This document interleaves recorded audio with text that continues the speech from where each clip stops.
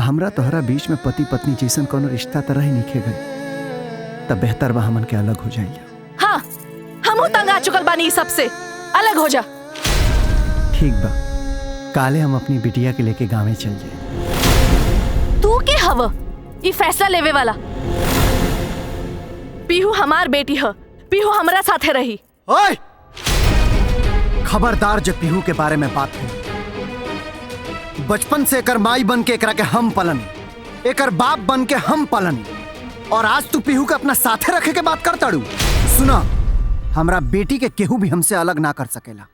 ठीक बा, तो आप कोर्ट फैसला करी कि पीहू तहरा साथे रही कि हमरा साथे।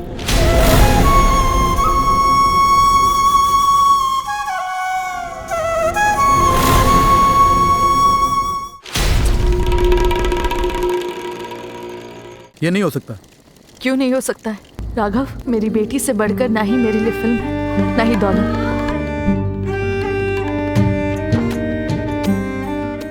भोजपुरी फिल्म की मशहूर अदाकारा निधि और टैक्सी ड्राइवर शिव कुमार के बीच चल रहे मुकदमे की सुनवाई आज फैसले के मोड़ पर है।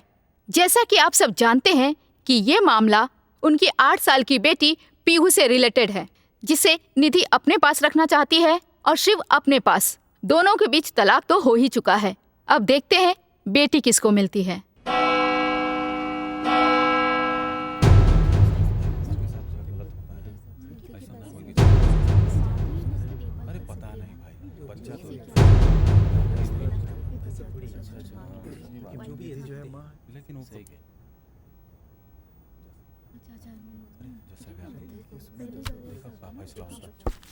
Order, order. अदालत की कार्यवाही शुरू की जाए। Thank you milord.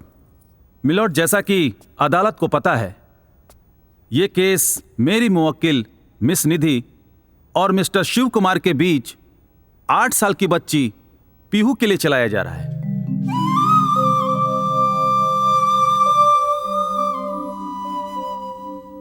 और यही नहीं, मिस निधि और मिस्टर शिव दोनों आपस में पति पत्नी थे, लेकिन इनके बीच आपसी संबंध अच्छे नहीं थे मिलॉर्ड, जिसकी वजह से अब ये अलग अलग रहने लगे। मिलॉर्ड, लड़ाई इस बात की है कि मेरी मुवक्किल मिस निधि चाहती हैं कि पीहू इनके साथ रहे, और वहीं मिस्टर शिव चाहते हैं कि पीहू उनके साथ रहे। यही नहीं, ये पीहू को अपने साथ गांव ले जाना चाहते हैं। तो मिलॉर्ड, जिस बच्ची की परवरिश शुरू से ही वीवीआईपी व्यवस्था में की गई हो और जिसे बचपन से 5 स्टार होटल जैसी सुविधाएं मिली हो, यहां तक कि उसकी मां खुद एक सेलिब्रिटी है और अपने बच्चे का भविष्य संवारने में सक्षम है, और वहीं मिस्टर शिव 40 से 50 हजार रुपया कमाने वाले एक मामूली टैक्सी ड्राइवर, क्या ये अपनी बेटी को वही सुख सुविधाएं दे सकते हैं जो उनकी मां ने दी है? क्या ये पीहू के लिए कुछ कर पाएंगे? मिलॉर्ड, मैं मिस्टर शिव से कुछ सवाल पूछने की इजाजत चाहता हूं। इजाजत है।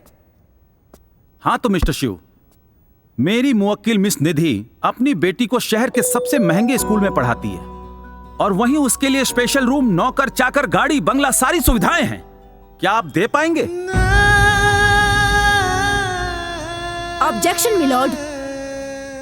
मेरे काबिल दोस्त मेरे मुवक्किल से ये कौन सा बेहुदा सवाल पूछ रहे हैं?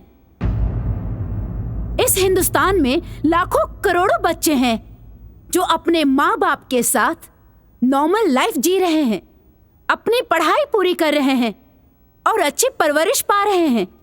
इसी नॉर्मल लाइफ की वजह से हमारे देश में डॉक्टर राजेंद्र प्रसाद, डॉक्टर बाबा साहेब अम्बेडकर और डॉक्टर अब्दुल कलाम जैसे महान इंसान और शख्सियत दिए हैं। यही वजह है कि बच्चों को महान बनाने के लिए अच्छे संस्कार की और सच्चे प्यार की जरूरत होती है, और वो प्यार हमारे मुवक्किल शिव कुमार बचपन से लेकर आज तक अपनी बच्ची को दे रहे हैं। ऑब्जेक्शन मिलॉर्ड, इनके कहने का मतलब क्या है? मेरी मुवक्किल मिस निधि क्या अपनी बेटी पीहू से प्यार नहीं करती? नहीं मिलॉर्ड, इन्होंने अपनी बेटी के लिए अपनी इज्जत, शौहरत, सब कुछ दांव पर लगाकर मिस्टर शिव को गले लगाया और उनसे प्यार किया। अमीरी, गरीबी, ऊंच नीच का भेदभाव मिटाकर इनको इज्जत दी। लेकिन इन्होंने क्या किया? इनकी बेइज्जती करके लाके कोर्ट में खड़ा कर दिया। ऑब्जेक्शन मिलॉर्ड, ये सरासर मेरे मुवक्किल पे इल्जाम लगा रहे हैं।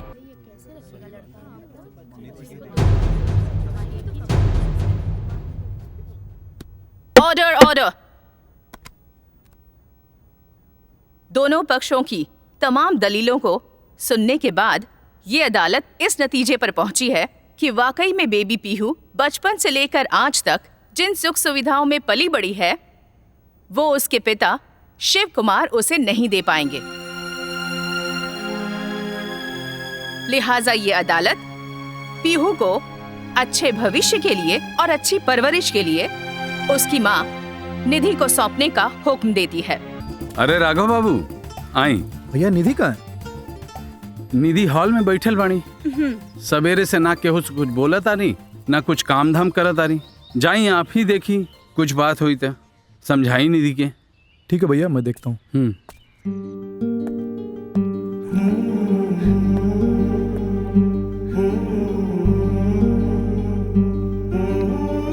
ये क्या है निधि?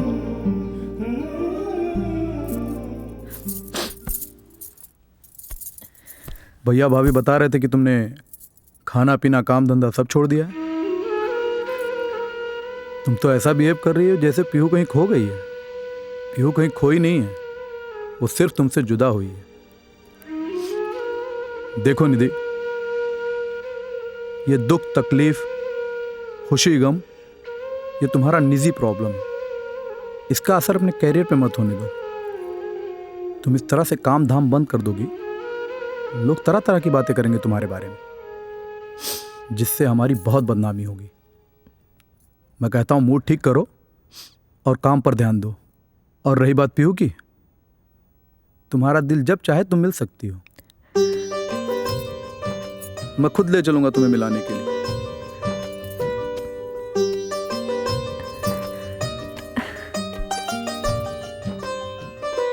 पीहू, ए बिटिया। पापा, हाँ? हमके बोलौला ह? जी बेटा, देखा बेटा, हम काम से बाहर जाता नहीं, हमके आवे में टाइम लग जाई।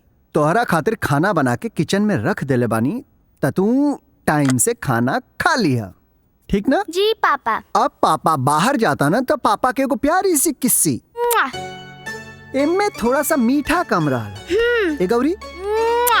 वाह, ई मीठा रहा। जी आपन ख्याल रखिए और कहीं बाहर मत जाइए, ठीक ना? जी पापा। ठीक बा, पापा जाके सांझी ले आ जाई हैं। लव यू बेटा। लव यू टू पापा। बाय बिटिया। बाय। ओहो, ई पापा भी ना कितना बुद्धू हावे, सब सामान एहिजा रख देले। अब हमरे के सही करे के पड़ी। ई देखा, पापा पैसा भी सही से ना रखिले। डायरी, मेरी कहानी, शिव कुमार, पापा की कहानी, पढ़ के देखा तानी। मैं शिव कुमार उर्फ शिव। आज मेरी मुलाकात एक ऐसी शख्सियत से हुई जिसके लाखों दीवाने हैं, जिन्हें आज से पहले मैंने सिर्फ फिल्मों में देखा था। शायद ये महादेव की ही कृपा थी जो आज लाखों दिलों पर राज करने वाली इस सुपरस्टार से मुलाकात हुई और मेरी जिंदगी बदल गई।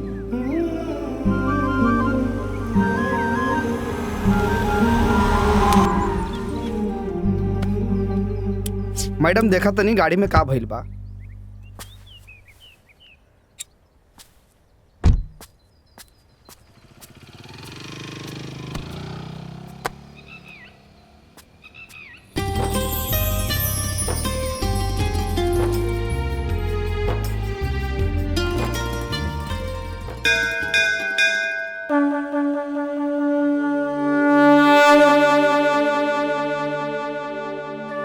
हे शिवजी महाराज, रोज रउए दर्शन क के अपना काम धाम के शुरुआत करे नी। शायद यही वजह बा कि अनजान शहर में एगो टैक्सी, एगो किराए का घर, अब बढ़िया बढ़िया दोस्त देले बड़ा प्रभु। असही अपन कृपा दृष्टि अपना यशु पर बनौले रहो। हर हर महादेव।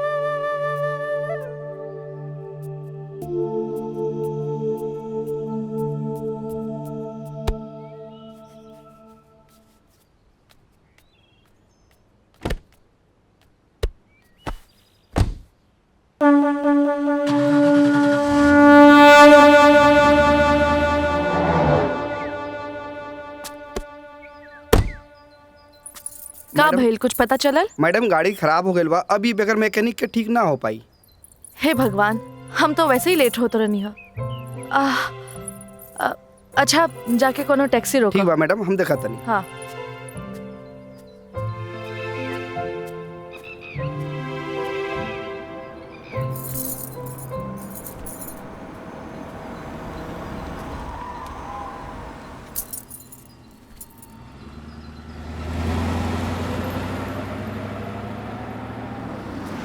का भाई गड़िया खराब हो गई हाँ भैया, बा? गाड़ी खराब हो गई बा, मडाई लेने जाए के बाद जाई बा। हाँ काहे ना जाए, केकरा के जाए के बा भेजो। ठीक बा, अभी बुलावा तनी। आई मैडम, टैक्सी आ गई।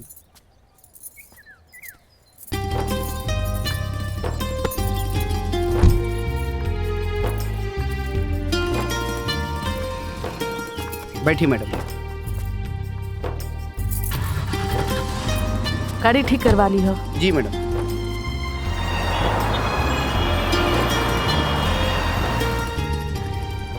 हर जेकर नाथ बोले नाथ अनाथ कैसे होई, जेकर नाथ भोले नाथ अनाथ कैसे होई। भोजपुरी गाना लागता भोजपुरी जानेला। अरे भोजपुरी अइला के बात करता नहीं मैडम, हमरा भोजपुरी आवेला, दूसर कोनो भाषा ना आवेला। अच्छा जान ले कि हम भोजपुरी खाईला, भोजपुरी पीला, भोजपुरी सुतेला, भोजपुरी उठीला। कहाँ घर पड़ी? बागी बलिया उत्तर प्रदेश के रहे वाला हई हम मैडम। अच्छा तो तू भोजपुरी फिल्म देखेला? अरे मैडम का बताई रहुआ से, हम सिर्फ भोजपुरी फिल्म देखी लें, लेकिन आजकल के भोजपुरी फिल्म में वो मजा नहीं खे मैडम जो पहले रहे। काहे? पहले कौन मजा रहे जो आज नहीं खे? अरे मैडम पहले जब भोजपुरी फिल्म लागे ना, तब पूरा परिवार के लोग एक साथे ट्रैक्टर टाली में बैठ के गाना बजाना गावत जाओ लोग फिल्म देखे। और एगो आजकल के भोजपुरी फिल्म बा, आजकल के भोजपुरी फिल्म तो मैडम नजर छुपा के जाए के पड़ेला देखे। वो काहे? अश्लीलता मैडम, अश्लीलता। अब देखी जौन हीरो लोग बा लोग, वो अपन गाना हिट करावे खातिर भोजपुरी के सभ्यता के, भोजपुरी के संस्कार के माटी में मिला देले बा लोग, डबल मीनिंग गाना गावता लोग। अब भोजपुरी के कुछ हीरोइन लोग बा लोग जौन बिना मतलब के अंग प्रदर्शन करता लोग मैडम। अरे हीरोइन के करे के पड़ेला जोन स्टोरी के डिमांड रहेला। अब एमे उनकर का दोष?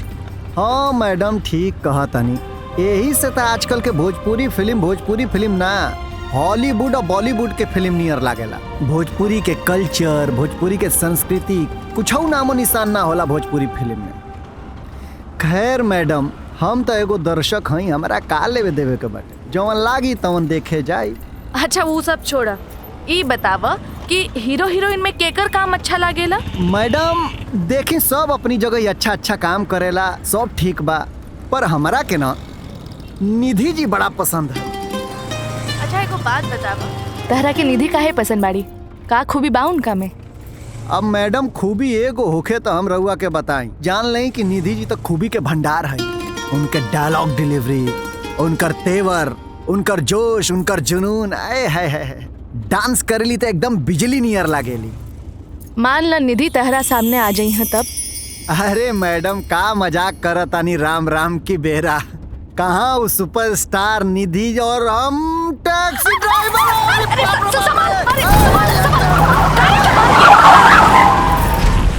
अरे मैडम रउआ हमरा टैक्सी में, हे भगवान हे महादेव। मैडम एक बेर छू के देखी रउआ के, हमरा के तो विश्वास नहीं होत कि रउआ हमरा गाड़ी में। एक बेर छू के देखी। अरे बाप रे बाप, दहिया सुन्न हो गए हमार। तू तो अभी गाड़ी ठोक देले रहता। अरे मैडम गाड़ी तो ठोकत ठोकत बच गई। अच्छा वो सब छोड़ा, चला हमरा के देर होता। हाँ मैडम, हे भगवान, हमार तो दिन सफल हो गए मैडम आज। सीन नंबर 12 बहुत इंपॉर्टेंट सीन है। I want wonderful performance. या श्योर। असिस्टेंट, सीन नंबर 12 का कॉस्ट्यूम रेडी करो।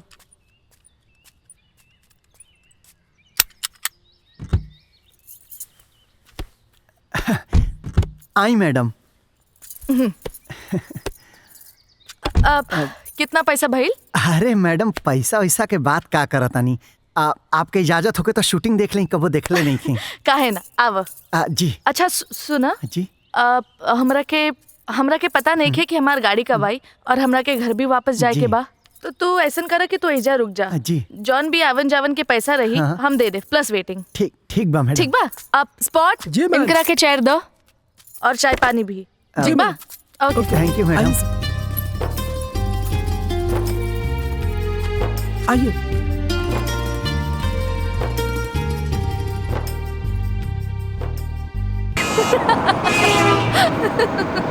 यार आदमी तो बड़ा इंटरेस्टिंग बाड़ा, बात बड़ा सही करेला।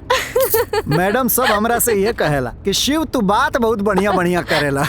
मैडम एगो बात कही। हाँ। ई राउर जोन सिनेमा बा न, एमे हर चीज तो बढ़िया बा, एगो चीज छोड़ के। ऊ का? ये मैडम कि जेकरा से जान पहचान निके ओहू की संगे चिपके के पड़ेला।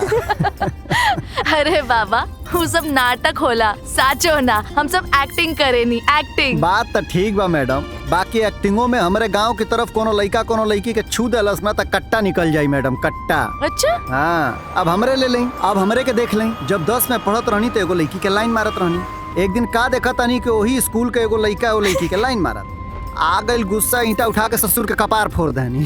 का भइलू लड़का के? ओ लड़का के कुछ ना भइल हमार प्रिंसिपल साहब बोलौना नाव काट के घरे भेज दे।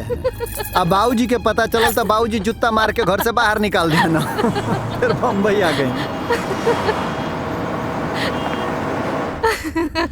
अच्छा वो सब छोड़ा, ये बतावा कि दिन के कितना कमा लेला? ये मैडम जितना एगो डॉक्टर है एगो इंजीनियर कमा ले।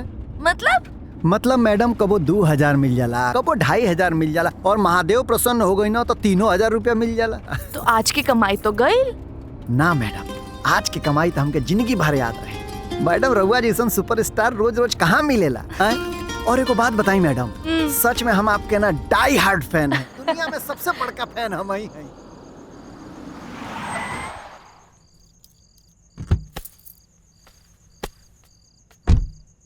हाँ, आई मैडम।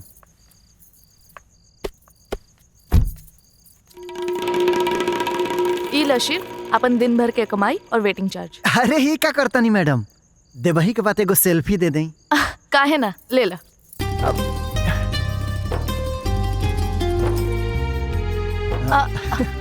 अरे ऐसे ना दा हमरा के, हम लेता नहीं।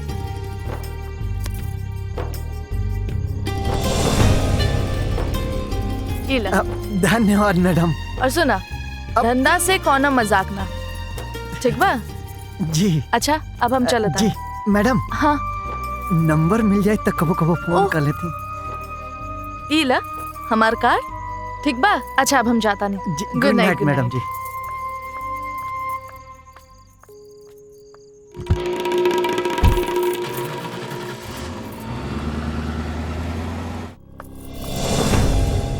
भैया ये सब का बचपना हो निधि? कैसन बचपना? तू ई काहे भूला जाता रू कि तू एक सेलिब्रिटी हो, और ई छोट मोट आदमी के साथ है ऐसे सेल्फी निकालल और ऐसे मस्ती करल, ई का ठीक है? ओ तो ई बात बा भैया, ये छोट मोट लोगन ही हमार दर्शक हवे। ऊ दर्शक जो हमार सोशल मीडिया पे मान सम्मान बढ़ावेला। और रहल बात सेल्फी के, तो ये टैक्सी ड्राइवर सेल्फी के ना सैकड़ों लोगन के दिखाई है, पब्लिसिटी करी है। पब्लिसिटी भैया।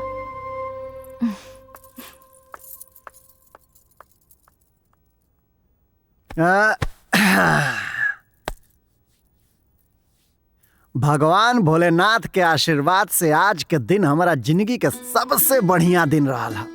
अरे भाई निधि मैडम से मुलाकात हो गई। हाँ निधि मैडम नंबर दिल बड़ी एगो फोन कइल जाओ उनका के।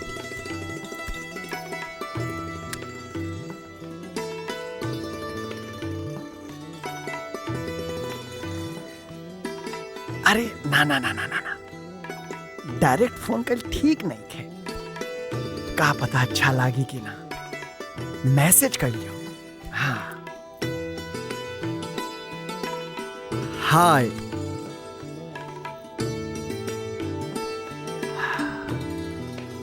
रिप्लाई आ जा, रिप्लाई आ जा।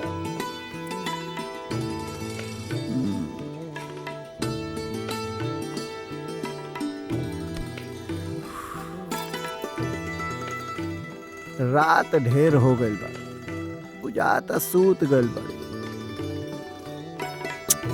कोनो बात ना, मैसेज तो भेज ही दिले बड़ा से। चलो तू कपड़ा उपड़ा बदलो, सुता मर्दवा।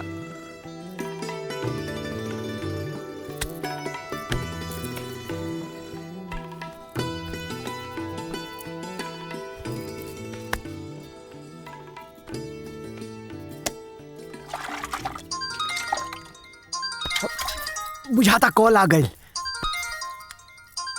हेलो हेलो सर, मैं बीना बैंक से बोल रही हूँ। आपको लोन चाहिए क्या? फोन रख। राती का ससुर लोन देता ना। बताओ, दिल धड़का कर रख दिहलस। मैसेज तो डिलीवर हो गइल बा, पढ़ले नहीं की बुझाता सूत गइल बड़े। चलो शिव तू सुत्ता, बिहने उठ के देखल जाई रिप्लाई आवता कि ना।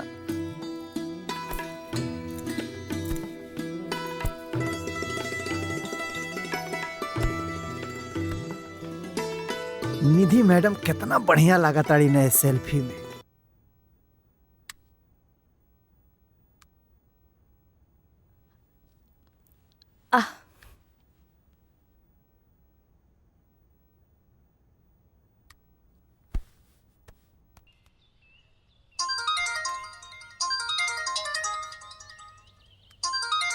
अरे निधि मैडम। हाँ मैडम। हम निधि बोले तानी। जी जी जी। अब कहाँ बाड़ा? मैडम हम तो गाड़ी चलाओ तानी, रउआ कहाँ बानी? वही काल वाला शूटिंग लोकेशन पर। अरे वाह, हमो पास में रहनी है, इन्हीं से गुजरत रहनी है। तो सुना ना, आ जाओ कुछ गप्पे शप्पे लड़ावल जाए। अब जी जी जी बिल्कुल आवतानी। ठीक बा। यस, मैडम के कॉल आ गई।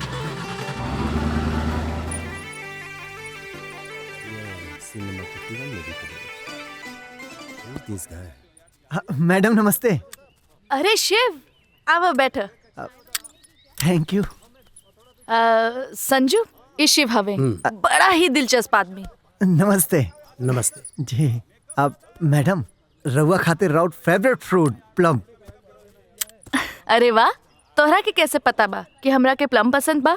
अरे मैडम रउआ सबके बारे में के ना जानेला। राउर उठल बैठल खाइल पियल सब कुछ तबा यूट्यूब पर। बुझाता कि निधि जी के काफी सर्च करेला यूट्यूब पर। अरे यूट्यूबे पर ना महाराज, फेसबुक इंस्टाग्राम, हम हर जगह सिर्फ और सिर्फ इन्हें के फॉलो करेनी। वाह संजू, ट्राई करके देखा, बहुत ही टेस्टी बा। सिग्नल पर के हवे ना? अरे रउआ के कैसे मालूम महाराज? 100 रुपया मांगत रहा, बड़ा कन्विंस कनी तब 50 रुपया में दलस हिया। हम ये सब ना खाइला।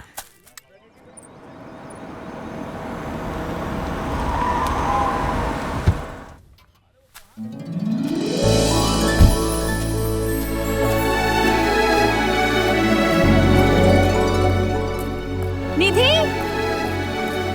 हाय। अरे रूपा। हाय रूपा, तू यहाँ अचानक? तुझे इनवाइट करने आई हूँ। अब इनवाइट? 7 तारीख को मेरा जन्मदिन है, सबको मैसेज कर दिया।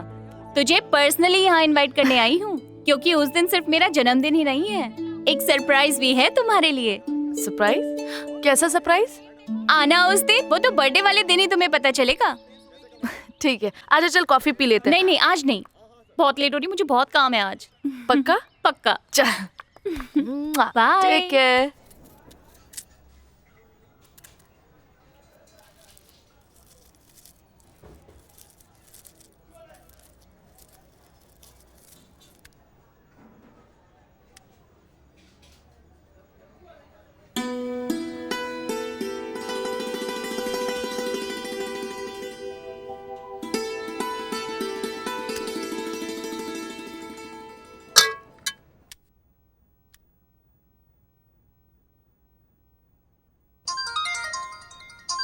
निधि मैडम।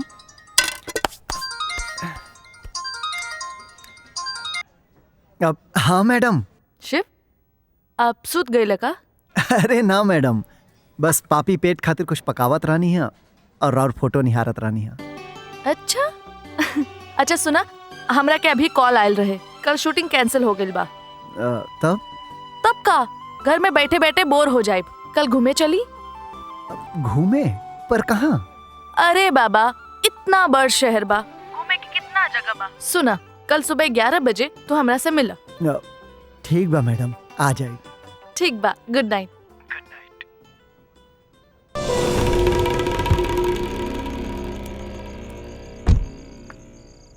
अच्छा शिव, हम जाता नहीं। Good night madam. Good night. हाँ, बाय।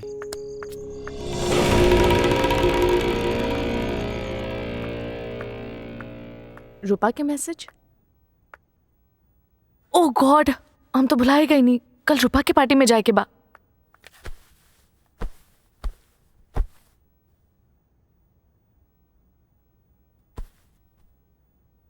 हेलो शिव। हाँ मैडम। एगो बात बतावल भुला गई नहीं। का? कल हमरा के पार्टी में जाए के बा, तू हमरा के लोखंड वाला बैक रोड पे ठीक रात 10 बजे मिला। ठीक बा। और सुना, तू अपन टैक्सी मत लेके आई है, हम अपन गाड़ी से जाइब। ठीक बा मैडम। ठीक बा जी। चलो, गुड नाइट।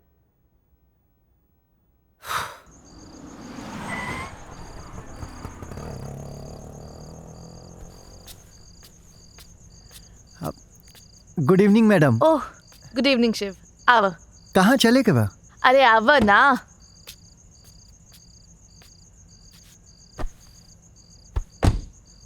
वाह। इला जी। तहरा खातिर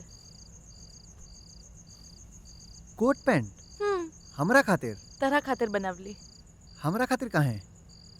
अरे बाबा, हम एगो पार्टी में जा रहल बानी और ऊ पार्टी बिजनेसमैन के पार्टी हवे जहाँ बड़ा बड़ा लोग आई हैं, और तू तो हमार दोस्त बाड़ा, तो तहरा के जेंटलमैन तो लागे के पड़ी। फिर तो मैडम वो पार्टी में हम ना जा। काहे? मैडम जोने पार्टी में इंसान के पहचान ओकरा कपड़ा से होके, वो पार्टी में जाए के इजाजत हमार जमीर हमके ना दे। आज के सच्चाई यही है मैडम कि ये टैक्सी ड्राइवर के वर्दी हमार जान है, यही हमार पहचान है। तो आपके ए पार्टी में हम जाए लायक नहीं थी, क्षमा चाहता नहीं। शिव, तहार इहे ईमानदारी और खुददारी तहरा के हमार सबसे खास बनवलस। अब तू यही ड्राइवर के वर्दी में चला, हम कुछ ना बोलब। चला मनोज।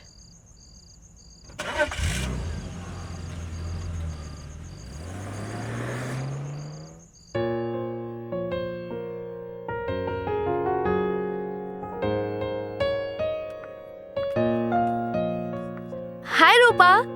हाय।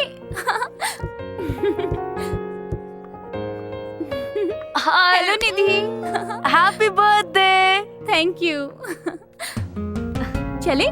चलो, अब तू चला। अरे ना ना मैडम, चला ना। अरे आप जाइए। पक्का? पक्का। ओके चलो जी। रूपा।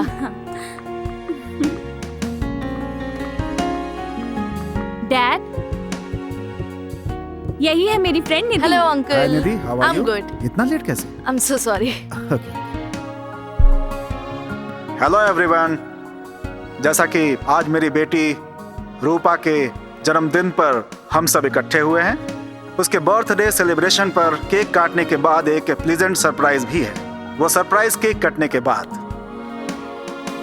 Happy birthday to you, happy birthday to you, happy birthday dear रूपा।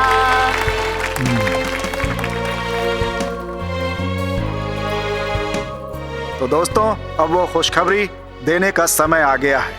मेरी बेटी रूपा ने अपना जीवन साथी चुन लिया है और वो लड़का मेरी कंपनी में ही काम करता है। Vijay, please come on the stage. Thank you.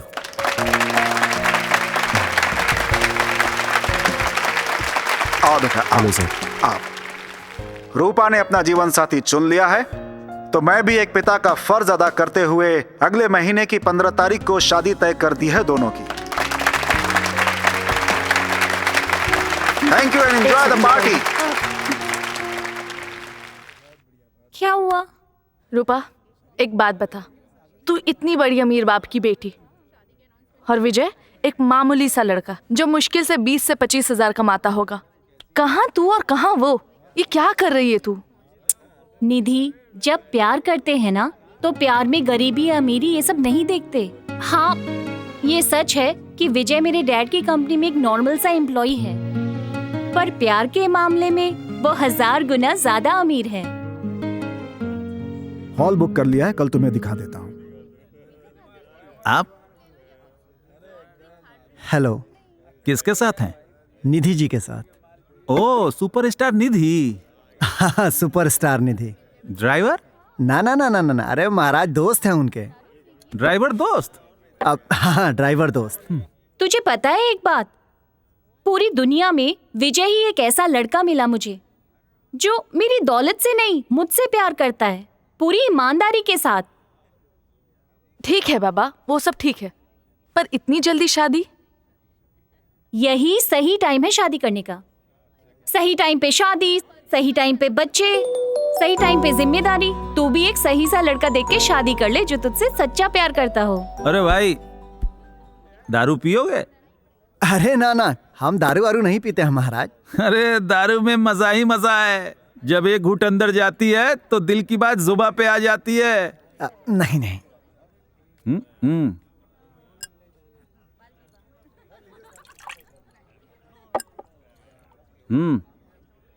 अरे हम कभी पिए नहीं। पी के देखो।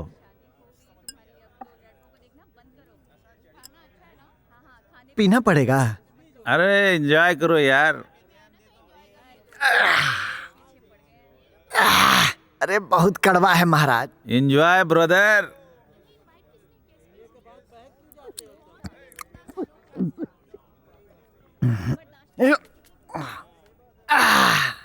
अब लेकिन वेकिन इन सब के चक्कर में ना मत पड़। देख, सही टाइम पे शादी होना बहुत जरूरी है। एक अच्छा सा विजय जैसा ईमानदार लड़का ढूंढ और शादी कर ले।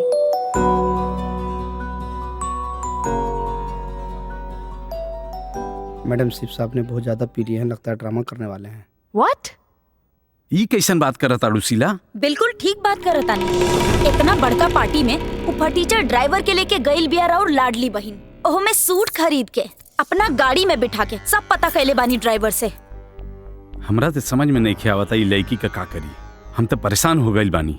निधि के कुछ करे के जरूरत ना बा। करे के बाद तो उ लड़का के, उ ड्राइवर के, जे जोंक जैसा निधि के पीछे चिपकल बा।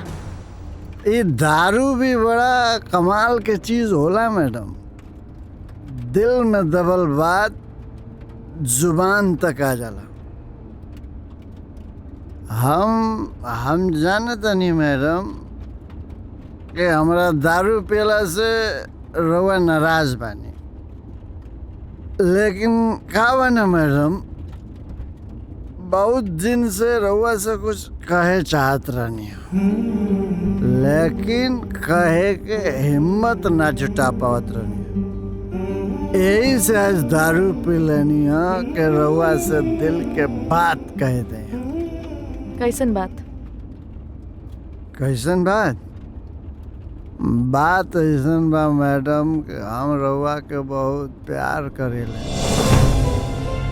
दिन रात आपे के चेहरा हमारी आंखें में बसल रहेला मैडम। दिन रात आपे के चेहरा। रउआ हमार सुख चैन चुरा ले बने। What? Yes. मैडम देखी, हम छल कपट वाला आदमी ना है। जौन हमारा दिल में रहेला तो हम खुल के बोल दे। आज सच्चाई है वो मैडम के हम रउआ से बहुत प्यार करे लागल बानी। पहला नजर से ही रउआ के दिल दे देनी मैडम, पहले नजर से।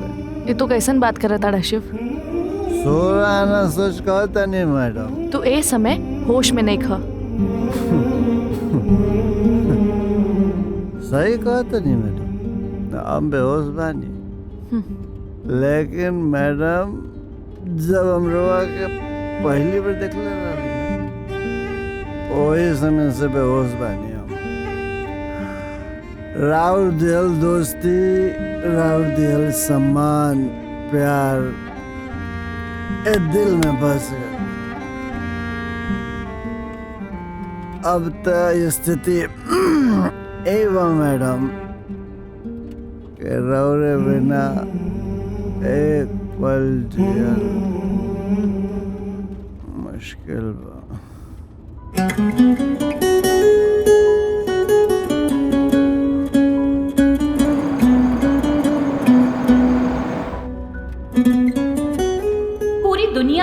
विजय ही एक ऐसा लड़का मिला मुझे जो मेरी दौलत से नहीं मुझसे प्यार करता है। तू भी एक सही सा लड़का देख के शादी कर ले जो तुझसे सच्चा प्यार करता हो।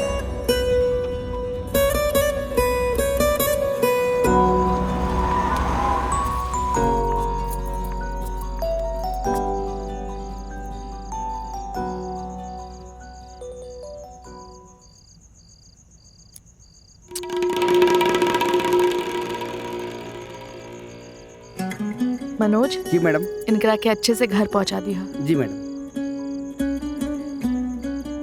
Good night madam. Good night.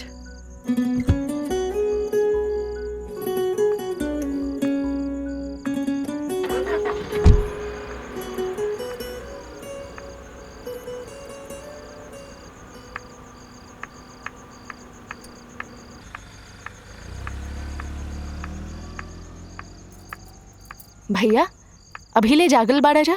जौने भाई के जवान बहन इतना रात रात भर घूमत रही तो उ भाई के नींद कैसे आई? अब का भइल बा भैया? ऐसे पहले भी तो हम शूटिंग पार्टी में लेट हो जात रहली। एकरे पहले हम तोहरा के समझदार समझत रहनी, लेकिन ना, तू एक नंबर के नादान और नासमझ बाड़ू। तोहरा के ई नइखे मालूम कि ई समाज और सोसाइटी में तोहर का अहमियत बा।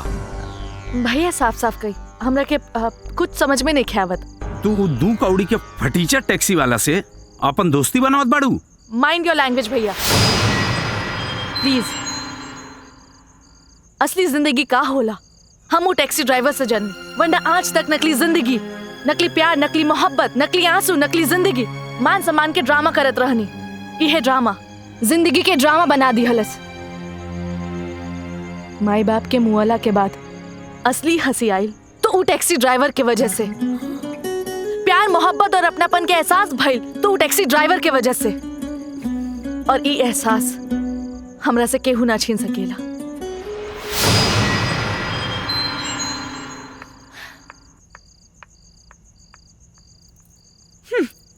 बुझा गई इनकर वजह।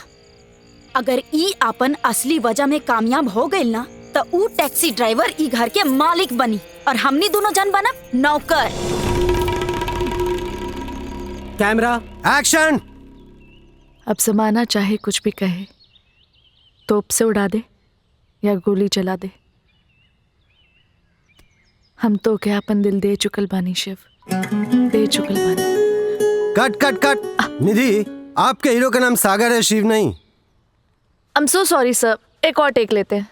Ready, camera rolling action. अब जमाना चाहे कुछ भी कहे सागर, सूली पे चढ़ा दे या तोप से उड़ा दे, हम तो हो क्या अपन दिल दे चुकल बानी, जरूरत पड़े तो जान भी दे दे शिव। कट कट कट। मैडम, अब आपके हीरो का नाम सागर है, शिव नहीं। प्लीज सही से डायलॉग बोलिए। आज इनके सागर के ना शिव के भूत सवार बा। यू है शिव है ना taxi driver. You shut up. अब सर आज मैं बहुत ही टायर्ड हूँ, आप कोई और शॉट ले लीजिए, कल करेंगे। चलो ठीक है। ओके सर। दूसरे सीन की तैयारी करो। जी सर। सर निधि के हो का गलबा जुबां पे लगा रे नमक इश्क का। अब क्या होगा? होगा क्या? पैकअप।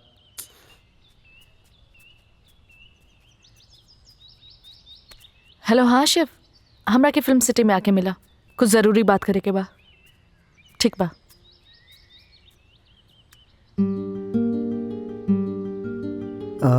मैडम, इतना जल्दी में काहे बुलौनी है? एक फैसला लेवे के बा। फैसला? कैसन फैसला? शादी के। शादी? केकरा से? तोहरा से। अब एक कैसन बात करता नहीं रहुआ? अब कहाँ आप कहाँ हम राव ऐशो आराम की जिंदगी दिखले बानी मैडम। हमरे लगे का बा एगो टैक्सी 10 बाई 12 का कमरा, वो भाड़ा से। बियाह करे के बाद रहुआ के राखब कहाँ हम? शिव, तो अगर चिंता मत कर, तू हमरा साथे रह, हमरे मकान में। ना मैडम, बियाह कैला के बाद रौरी मकान में रहा, ये हमार जमीर हमरा के गंवारा ना करी। अरे बाबा, वो घर हमार पैसा के बनल बा और ऊपर सिर्फ हमार अधिकार हो। और शादी के बाद पत्नी के हर अधिकार पर पति के अधिकार होला ना? ना मैडम जी, पति के कमाई से बनावल हर चीज पर ओकरे मेहरारू के हक होखे के चाहिए। पर मेहरारू के कमाई खाए और मेहरारू के कमाई से बनावल चीज पर राज कैल, ई मर्द जात के शोभा ना देगा।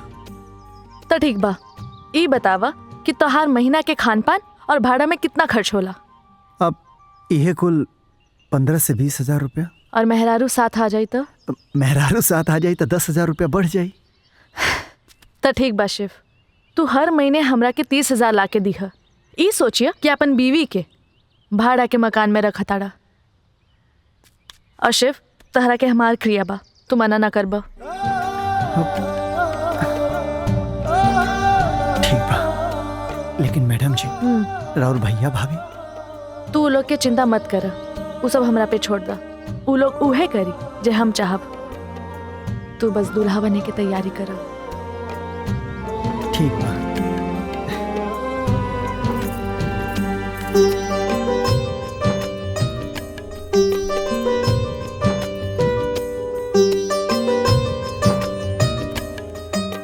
मुबारक हो, आज से आप दोनों पति पत्नी हुए।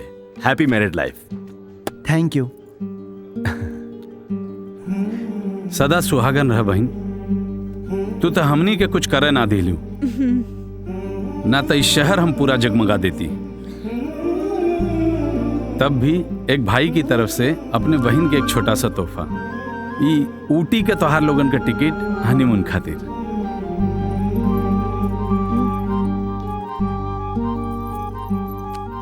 थैंक यू भैया, थैंक यू।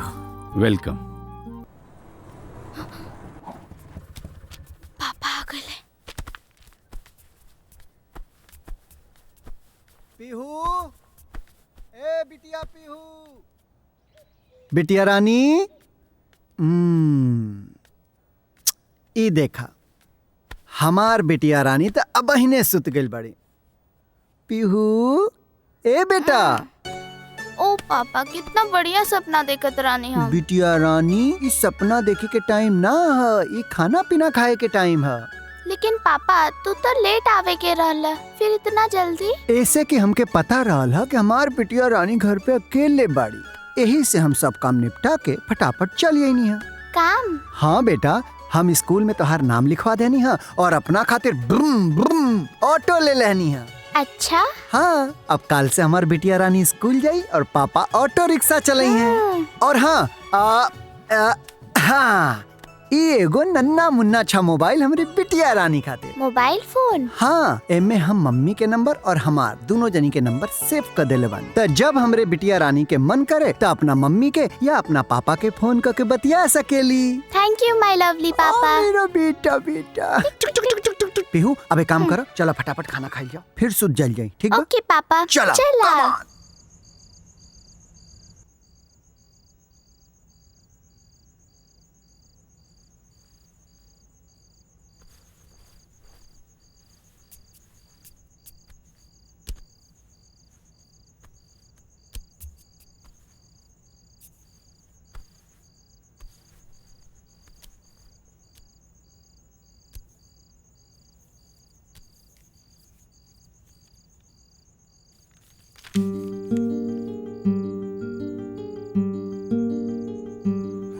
शादी के बाद भी निधि अपनी शूटिंग, पार्टी, मुहूर्त, मीडिया में लगी रही।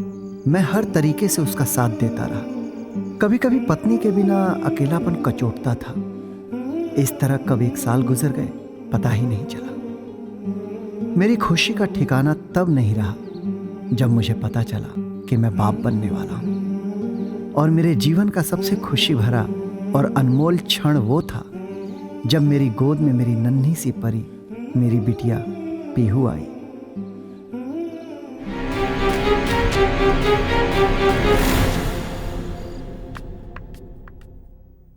आ गईलू घूम के? इतना राती के एगो पराया मर्द के साथे घूमत अड़ू, शर्म नहीं खे आवत? अरे हमरा बारे में ना सोचलू कोनो बात नहीं खे, कम से कम ये तो सोचा कि घर में एगो बेटी बिया। ओकर वीडियो कॉल भी ना उठौलू। शिव, हम तुम्हारी बात सुन सुन के तंग आ चुकल बानी। हम हीरोइन हई, हमरा के सबसे मिले के पड़ेला, पार्टी अटेंड करे के पड़ेला। बेटी भैला के मतलब ई त ना कि हमारी जिंदगी खत्म हो गई। अजीब बाना निधि, तोहरा खातिर लोग से मिलल पार्टी कैली है जिंदगी बा, और हमरा खातिर हमार बेटी ही हमार जिंदगी बा। शिव, इस समय तो हर प्रवचन सुने के मूड में नहीं खी, नींद आवता, सूते जाता नहीं।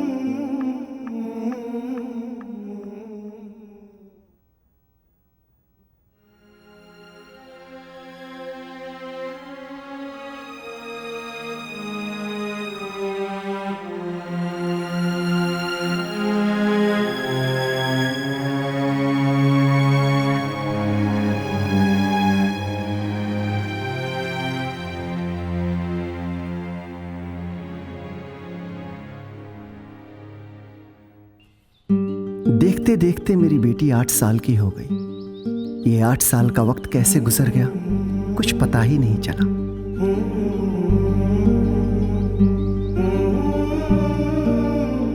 क्योंकि मेरी दुनिया तो मेरी बेटी है। उसकी हंसी खुशी मेरे सारे दर्द और गम को हर लेती थी। निधि के संबंध हमारे साथ इस मोड़ पर पहुंच चुके हैं कि मेरी इज्जत उसकी नजरों में अब उतनी ही रह गई है जितनी उसके घर के नौकर रामू की है। मैं तो सिर्फ इसलिए रुका हूं उस घर में क्योंकि मेरी जिंदगी, मेरे जिगर का टुकड़ा, मेरी बेटी उस घर में रहती है।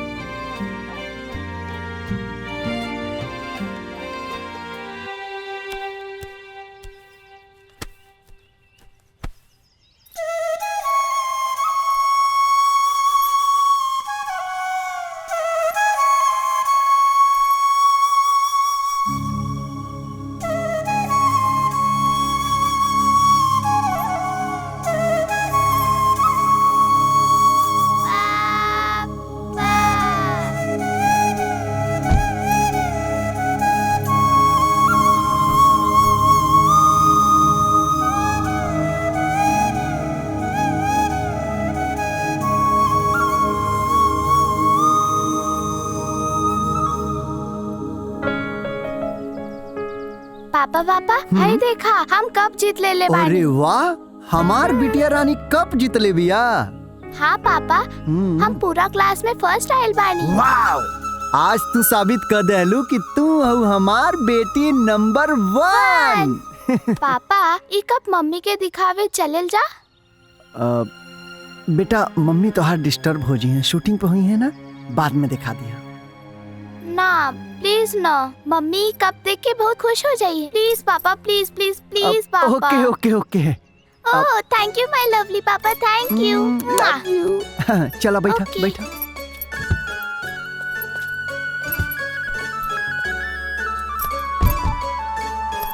चला। मैडम आपकी 3 फिल्में हिट हुई हैं, हैट्रिक हुई है, इसका श्रेय आप किसको देना चाहेंगी?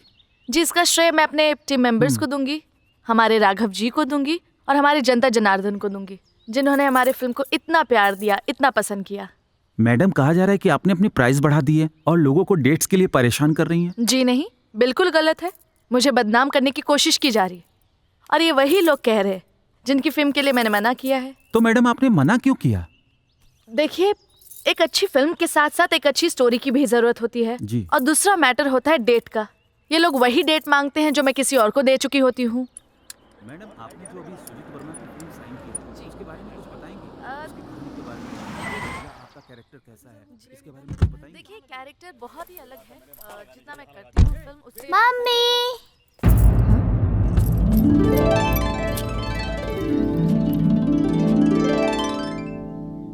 मम्मी मम्मी ये देखा हमारा अवार्ड।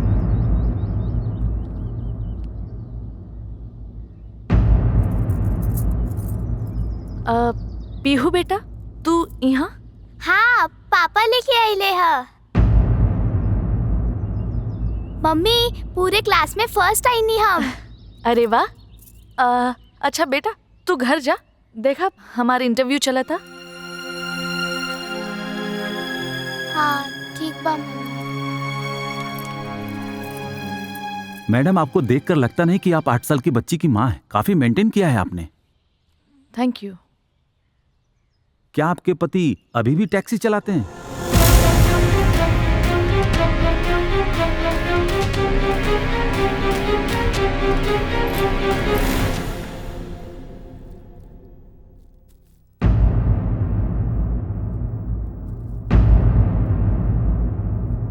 का हो गई?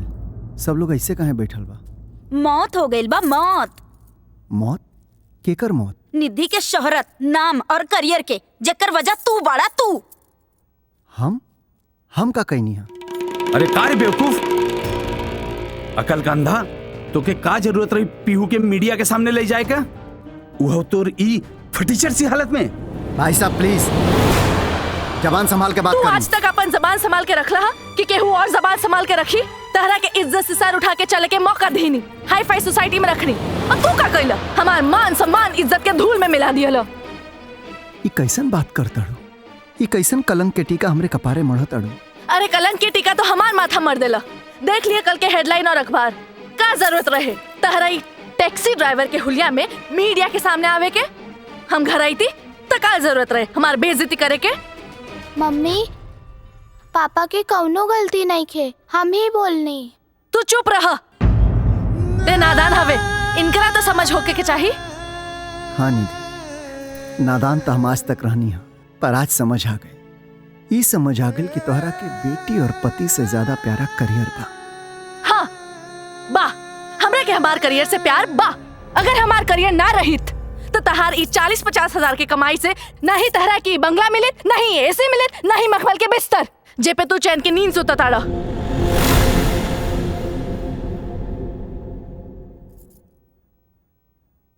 अब तो हमें बंगला में न रह पाए न सुत पाए निधि। काहे से कि तू हमरा जमीर के सामने सच और झूठ के दीवार खड़ा कर देलू। निधि, हम सच्चाई और खुददारी के जीवन न छोड़ सके नहीं, और तू ही दिखावा के जिंदगी ना छोड़ सके। और वैसे भी हमरा तोहरा बीच में पति पत्नी जैसन कोनो रिश्ता तरह ही निखे गए, तब बेहतर बा हमन के अलग हो जाइए। हाँ, हम तंग आ चुकल बानी सबसे, अलग हो जा। ठीक बा, काले हम अपनी बिटिया के लेके गाँव चल जाए। तू के हव ये फैसला लेवे वाला? पीहू हमार बेटी है, पीहू हमरा साथे रही। ओए! खबरदार जब पीहू के बारे में बात हुई। बचपन से एकर माई बन के एकरा के हम पलन, एकर बाप बन के हम पलन, और आज तू पीहू के अपना साथे रखे के बात करता डू।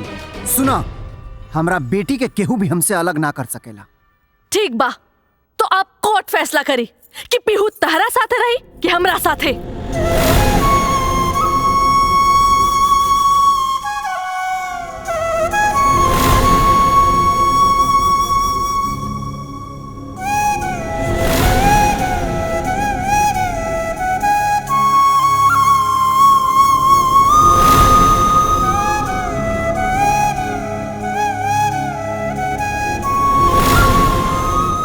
आज मैं बहुत डरा हुआ हूं, क्योंकि आज कोर्ट पीहू को लेकर फैसला सुनाने वाली है।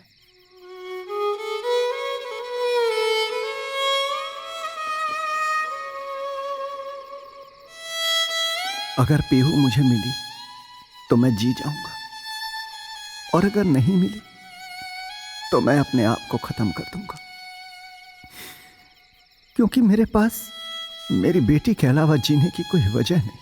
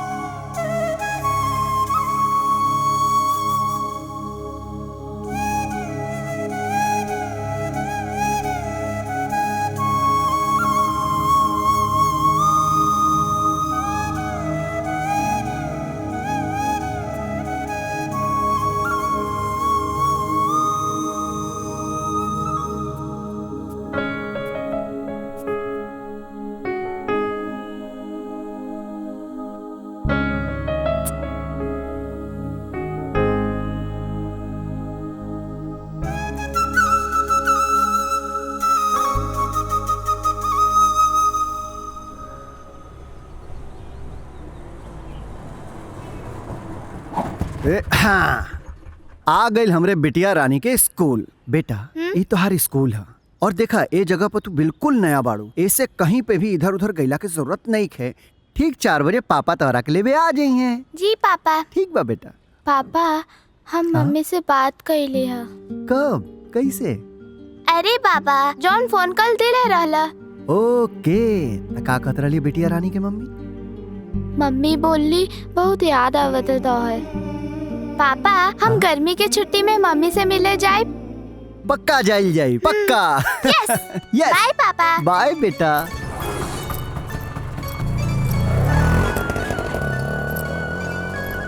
पापा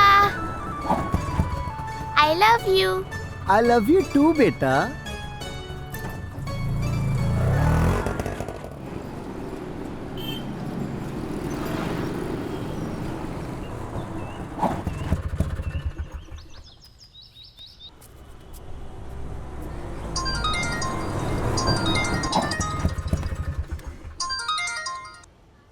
हेलो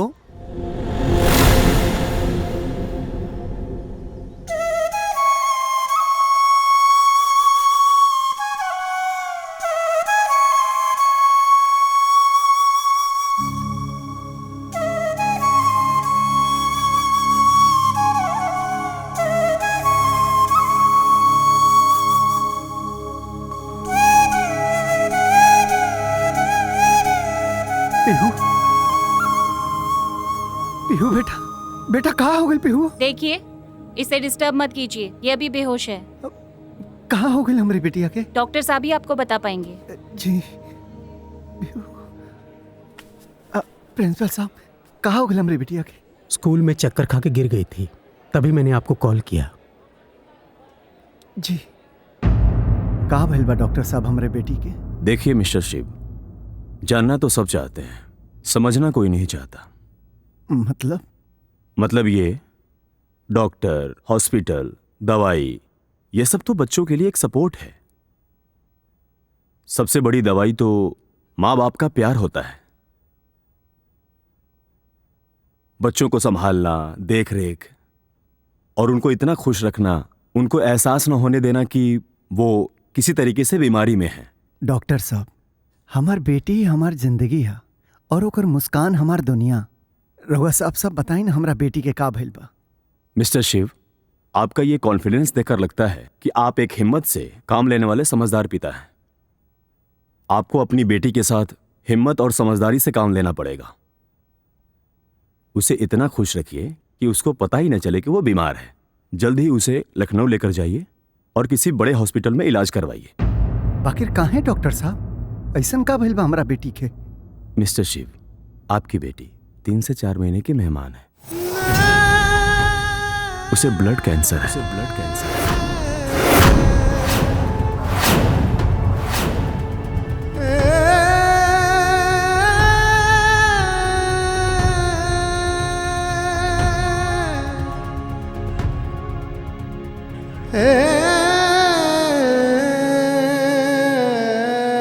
पापा हमके का भइल? डॉक्टर अंकल का बोलन? बेटा तू पहली बेर गाँव में आयल बड़ू ना, तेजा के माहौल के असर भइल बाटे। दवाई खइबू तो ठीक हो जाइबू। हाँ पापा हम जल्दी ठीक होकर और खुद स्कूल जाए। हम रास्ता देख ले बानी। ना बिटिया, तोहरा के खुद स्कूल गईला की जरूरत नहीं है। पापा तोहरा के छोड़ के आई है ना। लेकिन काहे? वैसे कि हमार बिटिया रानी अभी छोट बाड़ी, उनके नाजुक नाजुक पैर में कंकड़ गड़ जाई तब। पापा हमार कितना ख्याल रखेला, अब हम भी तोहर ख्याल रखब। ओह कैसे? जब हम ठीक हो जाए तब हम नाश्ता, खाना और तोहर बाल में तेल मालिश भी कर दे पापा। तोहरा के कुल कहला के कोनो जरूरत नहीं है बेटा। लेकिन काहे? काहे कि तोहर पापा अभी जिंदा बाने और हमार बिटिया रानी ना हमरा खातिर दुनिया के सबसे अनमोल धरोहर है। थैंक यू माय लवली पापा। लव यू टू बिटिया, लव यू। अब चलो सूत जा जल्दी से। चलो सूत।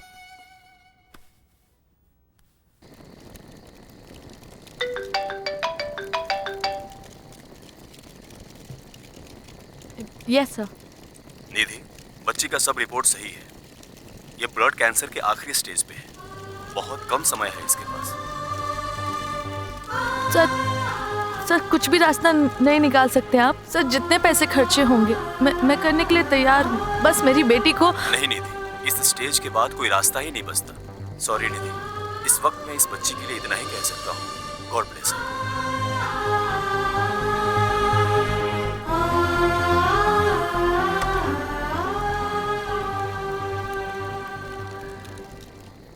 निधि, हम बिटिया के इलाज में कहीं कोनो कमी नहीं कैले, पर जब कहीं से कोनो रास्ता न लौकल तब करेजा पर पत्थर रख के और ओकरा सामने एगो बनावटी मुस्कान लेके जिया कर। शिवम का करी, कौन उपाय निकाली अपनी बेटी खातिर? निधि, हम आज ले तोहरा से अपना खातिर कुछ नहीं खिमले, पर आज एगो चीज मांगता नहीं। प्लीज मना मत करिया। जबले बिटिया साथे बिया तू ओकरा साथे रह जा, यही जा प्लीज। ये कैसे हो सकता है? शूटिंग के सारे डेट लग चुके हैं, पैसा लग चुका है, ये नहीं हो सकता। क्यों नहीं हो सकता है? राघव, मेरी बेटी से बढ़कर ना ही मेरे लिए फिल्म है ना ही दौलत। डेट्स आगे बढ़ा दो।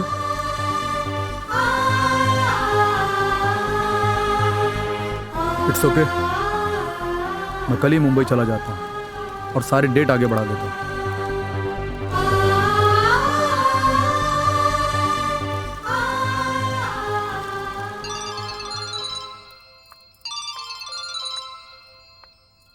कब से फोन बजा था, उठावत काहे नहीं की? अरे का उठाई फोन? सवेरे से लोगन से झूठ बोल बोल के जबान खिया गेल बिया। एक तो पता नहीं उहाँ का करत बिया, फोनो ना उठावत बिया निधि। तो राघव के फोन करके पूछ ली ना कि कहाँ बाड़न सा उ लोग। वो अभी नहीं आएगी भाभी। काहे? का भइल? भैया वो पीहू को ब्लड कैंसर हो गया है। का बकवास करत बड़े? वो कुछ ही दिन की मेहमान है। हे भगवान, ये का हो गई? जाना ताड़ू मम्मी, हम और पापा हमेशा यही जा सुतेली। अच्छा? हाँ, और पापा हमेशा नई नई कहानी सुनावेले और एगो कहानी हम सीख ले बानी। अरे वाह, हमरी बिटिया के एगो कहानी आवेला। हाँ, सुनाई? सुनावा। हाँ, एक ना तांगे वाला था और वो तांगा चलाता था और खाली समय में बांसुरी बजाता था और मीठी मीठी बातें करता था। एक दिन एक राजकुमारी अपने रथ से जा रही थी तो रथ का पहिया टूट गया। तो फिर तांगे वाले ने राजकुमारी को अपने तांगे में बिठाकर राजकुमारी के घर तक छोड़ दिया। राजकुमारी को तांगे वाला बहुत अच्छा लगा। फिर दोनों मिलने लगे और दोनों को एक दूसरे से प्यार हो गया। फिर एक दिन राजकुमारी तांगे वाले को छोड़कर चली गई। तांगे वाला बहुत रोया। मम्मी, राजकुमारी तांगे वाला के छोड़ के कहाँ चल गई? काहे? पापा ना बतावला क्यों कहाँ गईली? पापा तो कहत रहले राजकुमारी परी लोग चल गई। तमाई बेटी के गुफ्तगू चालू बा, है ना? पापा, मम्मी के हम एगो कहानी सुनावली। हाँ। अच्छा, हमार बिटिया रानी मम्मी के कहानी सुनावत रही है। हाँ पापा, तू यही जा सुत जा, हम तोहरा की कहानी सुनाई, शेर और सियार वाली। अब ना बेटा, आज तू मम्मी के लगे सुता, हम बगल वाला कमरा में सुत जाता नहीं। ना पापा, तू यही जा सुता, हम खाना भी यही जा लेके आए। अरे बेटा, हम राघव अंकल के एयरपोर्ट छोड़े गए लानी है ना, तो हम उनके संगे रास्ता में खाना खा लेनी है। तो ठीक पापा, प्लीज यही जा सुता ना। कितना दिन के बाद मम्मी पापा के संगे सुते के मिला था।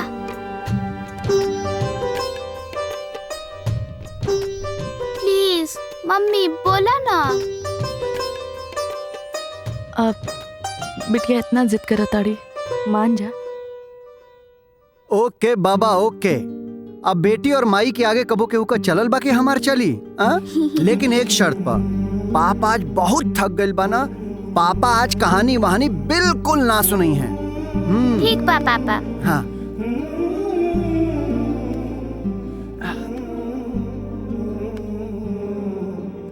थैंक यू पापा।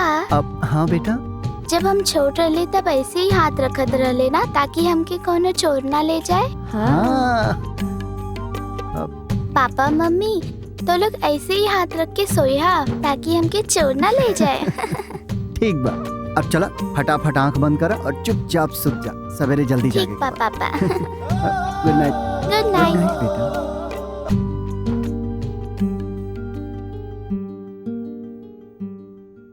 छोड़ता हमके, मत ले जा हमके, छोड़ता ना, नहीं छोड़ता छोड़ता छोड़ता। पीहू पीहू कहाँ बोल बेटा? पापा हाँ एगो आदमी हमके लेके जात रहला। केहू नहीं खे बेटा, देखा तू पापा और मम्मी के लगे बाड़ू। हाँ बेटा देखा केहू नहीं खे। हाँ, पापा एगो काला सिंह वाला आदमी हमके लेके जात रहला। पापा हमें बचा ला ना, हम कहीं ना जाए। ना ना बेटा, तू सपना देखत रहलू और सपना तो झूठ होला ना। हमनी के तो पास में बानी जा। आवा पीहू, हमार पीहू के केहू नहीं खेले के जात, और जे भी आई ना ओकरा के मार के भगा देम। तू तो हमार बिटिया हो ना, सुझ जा।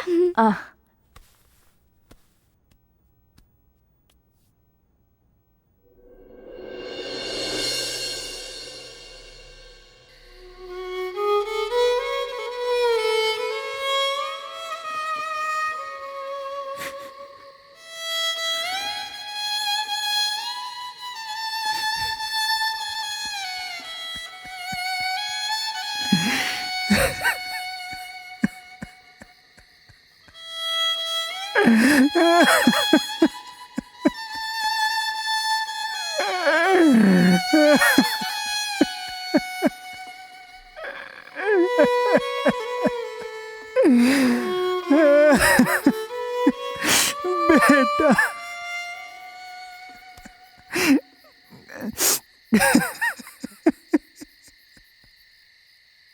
ना शिव, संभाला अपने आप के। तू ई तरह टूट जाइबा तो पीहू के का होई, ओकरा बारे में सोचब। संभाला। हम अपनी बिटिया के खोवल लेके जब भी ओकरा बारे में सोचा तानी छाती फाट जाता। कहाँ जाई का करी कि हमार बेटी ठीक हो जाए, हमार पीहू ठीक हो जाए। कोनो रास्ता लौकत नहीं खे।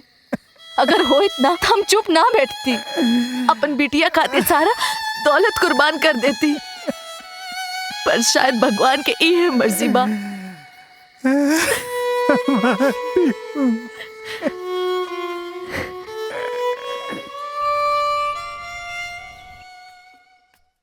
Good morning.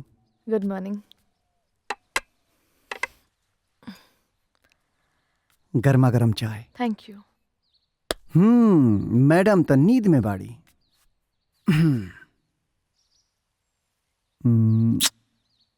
गुड मॉर्निंग बिटिया। गुड मॉर्निंग पापा। बेटा देखा पापा तोहरा खातिर प्रोटीन लेके आइल बाना, जल्दी से पीला। पापा हमरा प्रोटीन पियला के मन नहीं खे। बेटा ये प्रोटीन ना है, पापा एमे अपन प्यार और अपन मिठास मिला के ले आइल बाने।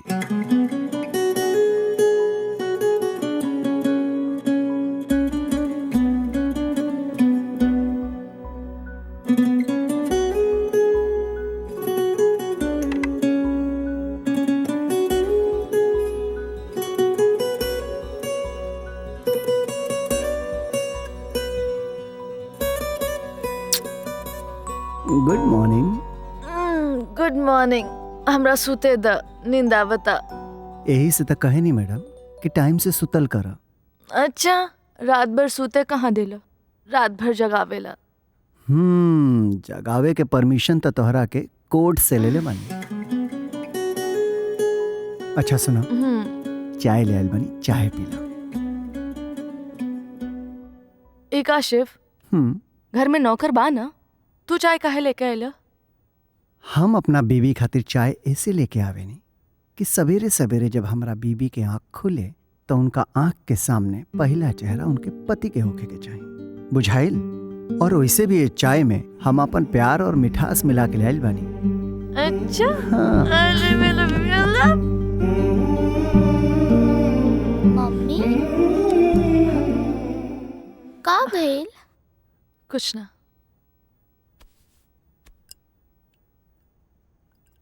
अकड़ बक्कड़ बम्बे बो 80-90 पूरे 100 से निकला धागा, चोर निकल के भागा। गर्मा गर्म मैगी पीहू बिटिया खातिर पापा अपने हाथ से खिलाई हैं। ना पापा, आज हम मम्मी के हाथ से खाए। मम्मी के हाथ से? पापा आज हमके मम्मी से प्रॉमिस करवावे के बा। प्रॉमिस? प्रॉमिस? कैसन प्रॉमिस? पहले हाथ दा। का देखा तड़ा? चला हाथ दा। ऐसे का देखा तड़ा जा? चला हाथ दा। अब हम जौन बोला वो तो लोगन के करे के पड़ी। पापा मम्मी हमके ऊटी घूमे जाए के बा।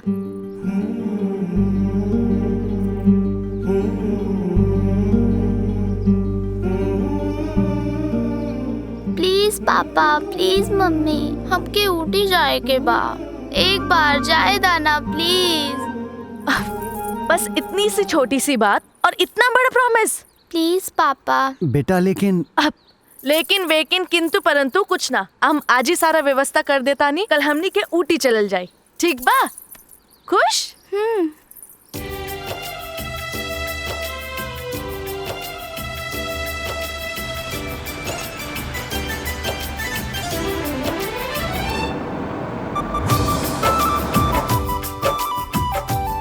मम्मी ऊटी कितना सुंदर बाना। पापा हमके शिवॉय होटल में रुके के बा। शिवॉय होटल? तोहरा के कैसे पता शिवॉय होटल के बारे में? हम मम्मी के फोन में गूगल करके देखनी। ओह, लेकिन बेटा शिवॉय होटल में ना रुके के। प्लीज पापा, मम्मी पापा के बोला ना प्लीज। ओके डन। भैया शिवाय होटल ले लो। हाँ।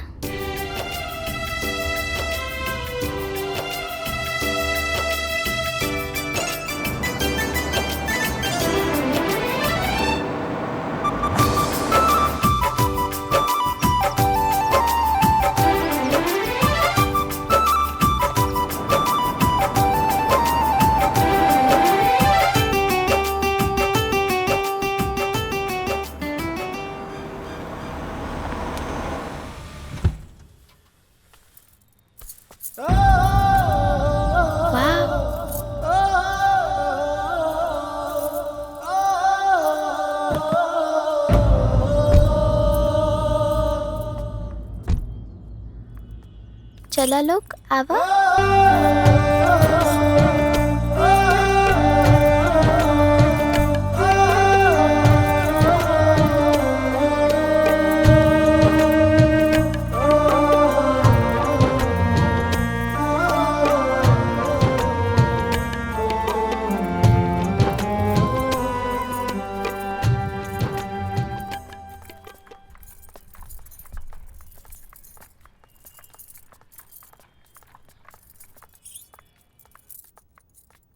Good morning ma'am. Good morning. बहुत दिनों के बाद आई इस बार आप। दीदी 143 वाला रूम अवेलेबल है? चेक करके बताती हूँ।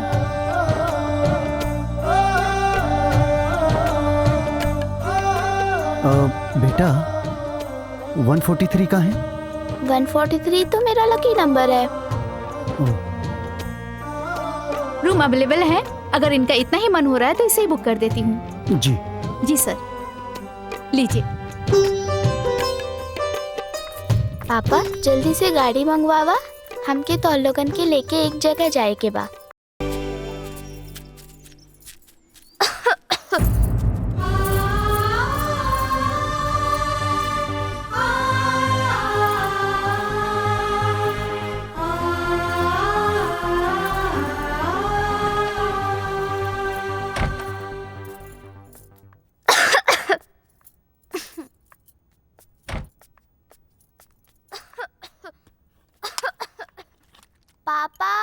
मम्मी हाँ पीहू बेटा। इधर आवा।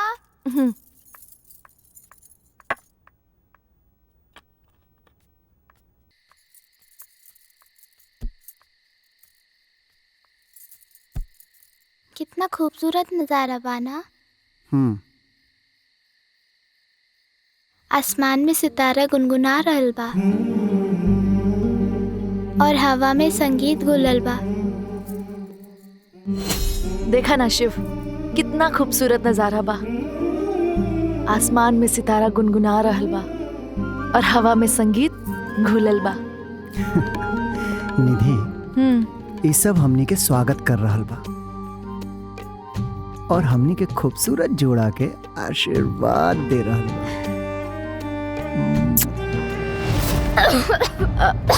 पीहू, संभाला। पीहू, पीहू, पीहू, अंदर लेके चलो। आओ, चलो आराम करो। पहले ऊटी, फिर उहे होटल, फिर उहे रूम नंबर, फिर उहे जगह, फिर उहे गाना, उहे शब्द। ये सब पीहू के कैसे पता बा?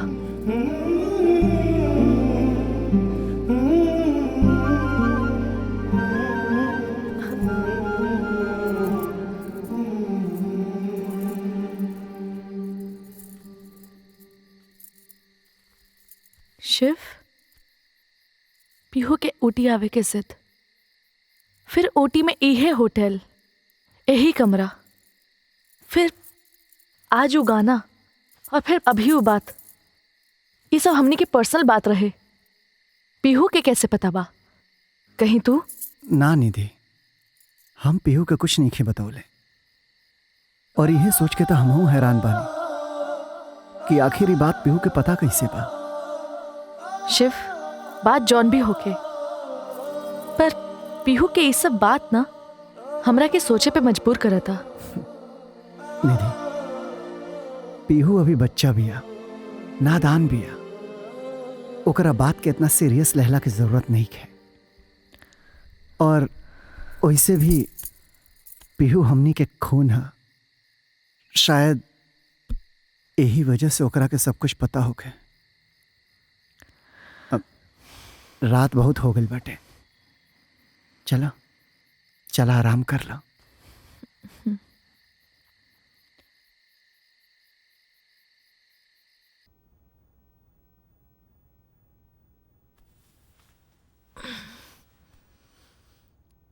Good morning. Good morning. अब चाय पियबू? हम बना देता नहीं। ना ना ना, तू रुका, हम बनावा तानी।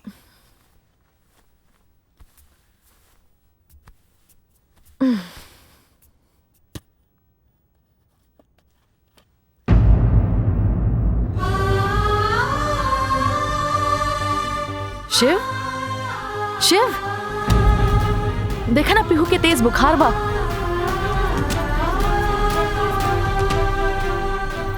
पीहू, पीहू, पीहू बेटा, पीहू बेटा, पीहू, डॉक्टर के फोन कर, फोन करा।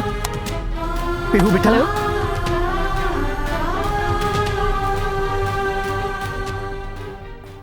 2 मिनट के लिए आप जरा बाहर आएंगे?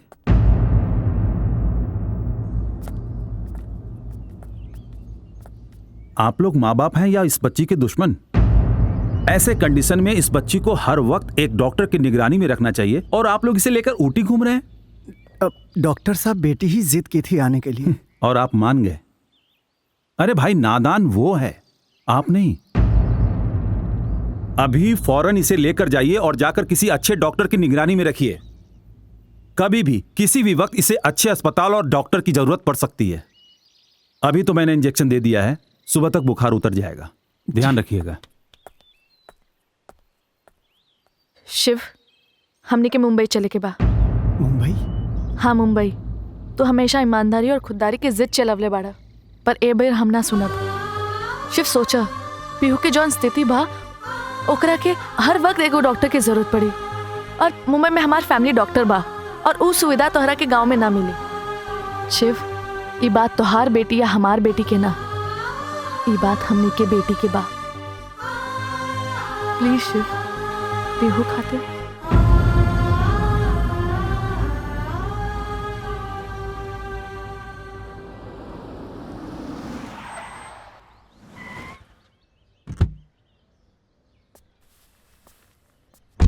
आई मैडम।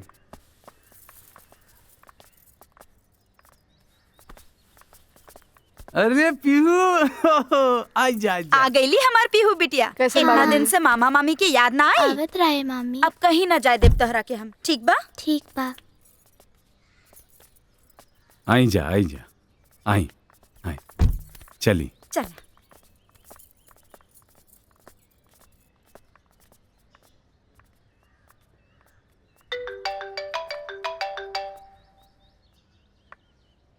हेलो।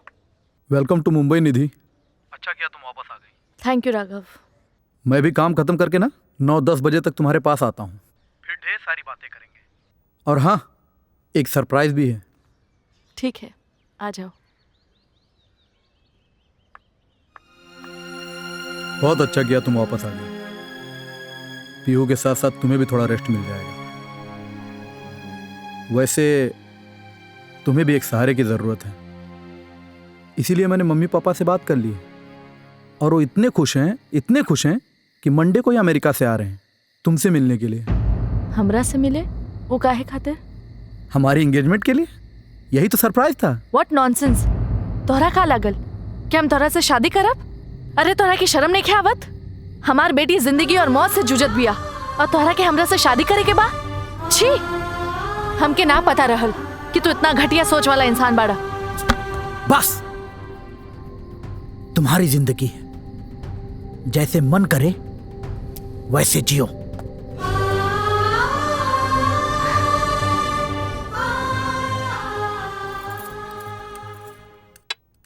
ना पापा, हमके भूख नहीं खे। काहे बिटिया? ई सब तो तहरे खातिर बनेले बानी। चला खा। बेटा खा ला, तोहरा के दवाई खाए के बना, खा लो बेटा। प्लीज पापा, हमके नहीं के खाए के। बेटिया, बिना खाए तू दवाई कैसे खाइबू? आवा, मम्मी तरह के खिया दी। आ कर। Very good.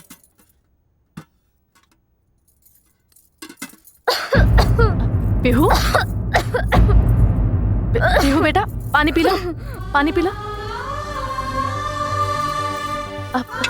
पीहू, पीहू बेटा, पीहू बेटा, पीहू, पापा, पीहू, पीहू, पीहू बेटा, पीहू, पीहू, पीहू, पीहू। भाई साहब, शिव, डॉक्टर के फोन लगाएं। हॉस्पिटल चला। एम्बुलेंस लगाएं, एम्बुलेंस। पीहू, पीहू, पीहू बेटा,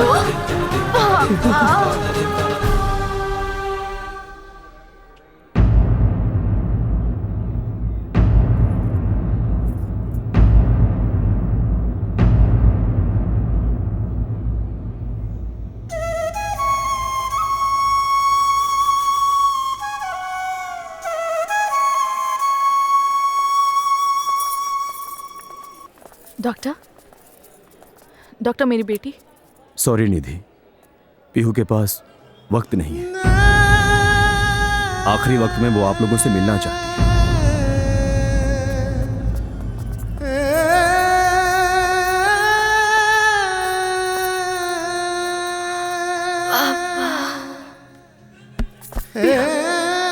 पीहू, पीहू, पीहू बेटा, पीहू,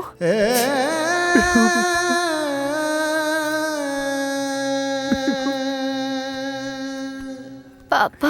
हाँ बेटा। अब हम ना बचब ना। ना बेटा, तू ठीक हो जाएगा बेटा। ना पापा, हमके सब पता बा कि हमके ब्लड कैंसर बा। हम मरे वाला बानी। हाँ पापा, वो दिन लखनऊ में डॉक्टर अंकल की बात सुन ले रानी। मशीन वही बताएगी जो बीमारी होगी। सच्चाई यही है कि तुम्हारी बेटी ब्लड कैंसर के लास्ट स्टेज पे है।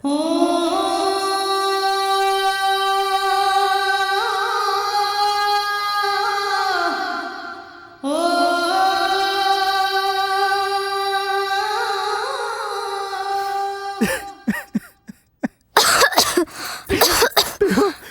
पीहू बेटा।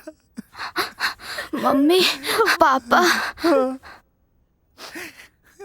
मम्मी हम पापा की डायरी पढ़ ले रहनी, यही से हमें सब पता रहे। मम्मी पापा हम तो लोगन से एगो चीज मांगी का, मना मत करी। हाँ ना बेटा ना मना करो। वादा करो पापा कि हमें वापस ले आईबा। बेटा पापा तोहर बेटी बनके मम्मी के कोख से जन्म लेवे चाहता नहीं। प्लीज पापा मना मत करी। हाँ प्लीज मना मत करी। हाँ पापा हमरे आंखें के सामने मम्मी से ब्याह करा ना, ये हमार आखिरी इच्छा बा। रामो माचिस ले।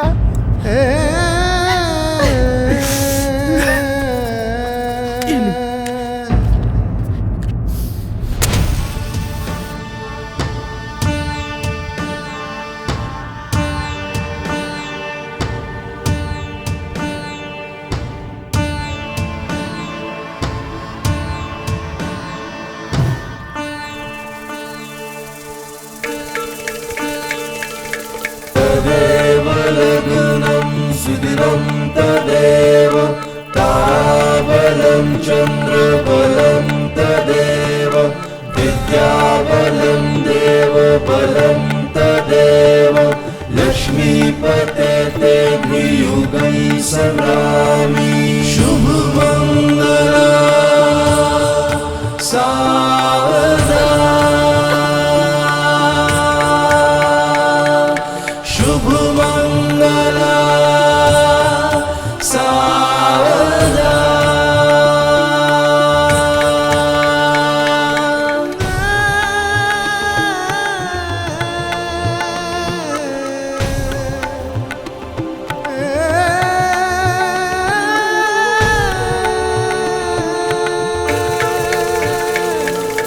तदेव लग्नं सुदिनं तदेव ताराबलं चन्द्रबलं पापा सिंदूर। पापा सिंदूर।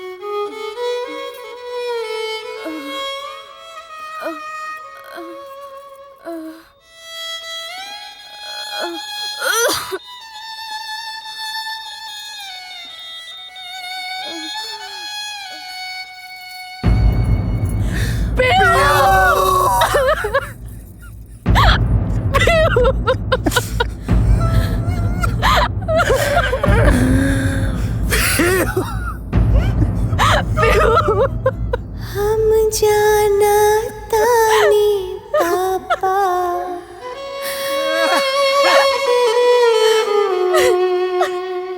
तू माने ला जान से बढ़ के पापा पापा बोल के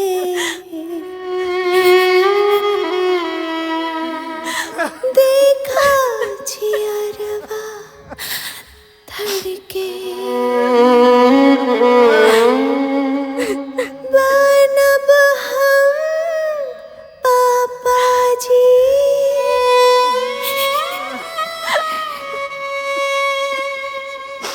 बनब हम पापा जी बुढ़ापा के छड़ी पापा के परी हम पापा के परी पापा के परी हम पापा के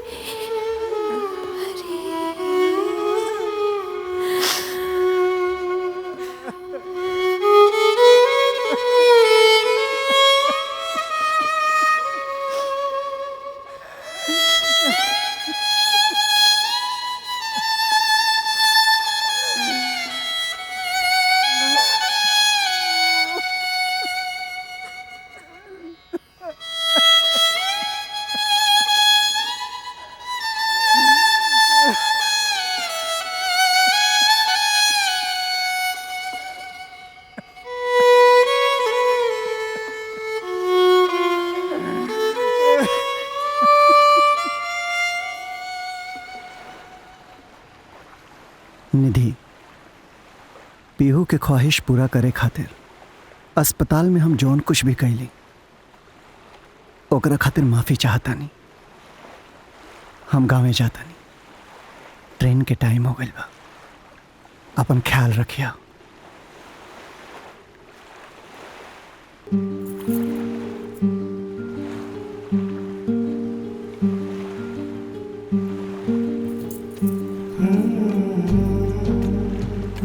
शिव, बचपन में माई बाप मर गए और सिनेमा के दौलत और शोहरत हमरा के जिद्दी बना दिलस। केहू एगो थप्पड़ मार के हमरा के समझावे वाला ना रहल कि का गलत बा का सही। शिव, हम तोरा के एक बार खो चुकल बानी, अब नहीं के खो सकत। और हमनी के पीहू के दिहल वादा भी तो पूरा करे के बा, उखरा के वापस लाए के बा। प्लीज शिव, हम तो के नहीं क्यों खो सकत, प्लीज।